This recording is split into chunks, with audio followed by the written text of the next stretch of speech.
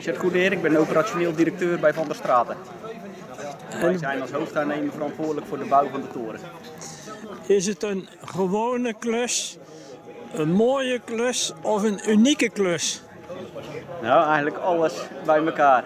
Het is uniek, want ja, je bouwt niet zo vaak 60 meter de lucht in.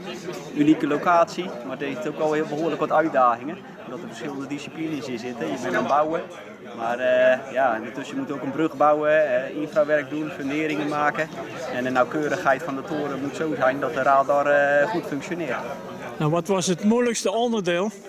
Het moeilijkste onderdeel tot nu toe, dat was eigenlijk wel ja, het boren van de palen. Met obstakels in de ondergrond en zorgen dat de paal op de juiste plek kwam. Hoe diep zitten die? Omhoog gezegd 40 meter. Ja, 40 meter lange palen. Dus dat doe je niet eventjes. Dat doe je niet even.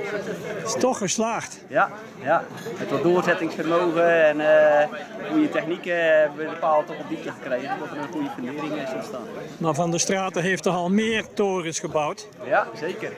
Ja. We hebben 13 radartorens gebouwd, maar niet zo uniek als deze. Dus deze die is al en het hoogste en het meest ingewikkelde, omdat er een hotel rond zit. Mooi om de klus af te sluiten. Ja. Mijn naam is Mario Kortgals. Ik ben projectleider op de nieuwbouw van de radar- en uitkijktoren namens de provincie Zeeland. En wat houdt de functie dan precies in? Het beleiden van het werk. Dus ja, hier behoudt het dan in een zuidelijke brug, noordelijke brug en de bouw van de radartoren. En wanneer is die dan helemaal operationeel? Maart volgend jaar is die helemaal operationeel. Dus dan vieren we weer feest. Als het goed is wel. Ik wil jullie van harte welkom heten op de bouwplaats hier in de voormalige Hedwigepolder. En als eerste wil ik het woord geven aan de aannemers. En we beginnen met Richard van der Straten. Mijn naam is Richard Goedeer, ik ben operationeel directeur bij Van der Straten. En wij proberen daar een mooie toren te bouwen op de heuvel. Vandaag staan we stil bij een bijzondere mijlpaal. Dat is een viering van het hoogste punt. Het is bijna bereikt, er moet nog 1,5 meter radar bovenop, maar we zijn er heel in. Het bereiken van het hoogste punt, en dat is dan voor ons het hoogste punt, 63,5 meter, of 63 meter boven NAP. En laten we eerlijk zijn, bouwen op deze hoogte, ja, dat brengt heel wat uitdagingen met zich mee. En we willen toch dat iedereen altijd gezond en trots naar huis kan gaan. Dus laten we straks het glas heffen op een veilige afronding van de toren, die straks het landschap siert. En op een team dat niet bang is voor een beetje modder en heel veel wind en gelukkig geen hoogtevrees heeft. Dan gaan we wandelen.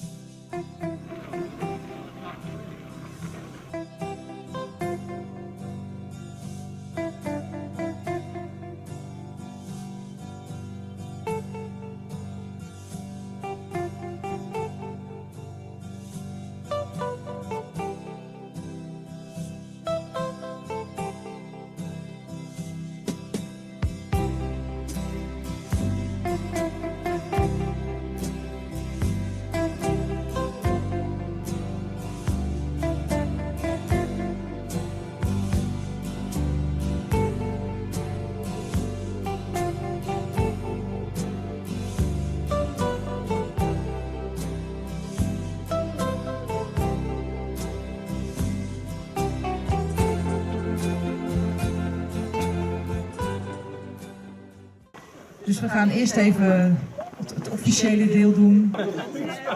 Ging nog iemand wat zeggen voor me? Oh, oké. Wat mij betreft gaan we dan proosten. Ga je eerst de handeling doen? Of nemen jullie het glas? De handen op de knop, bij de knop. Niet snel steeds. We tellen af met elkaar. 3, 2, 1, ja! Nou, gaan we boven kijken. Ja, de helmen vallen af. Ik denk dat we een klein stukje om moeten. De kruin komt deze kant op, begrijp ik. En dan komen de vlaggen van de partners Ja, en ze wapperen niet, want het is windstil. En nogmaals, dit is echt uitzonderlijk.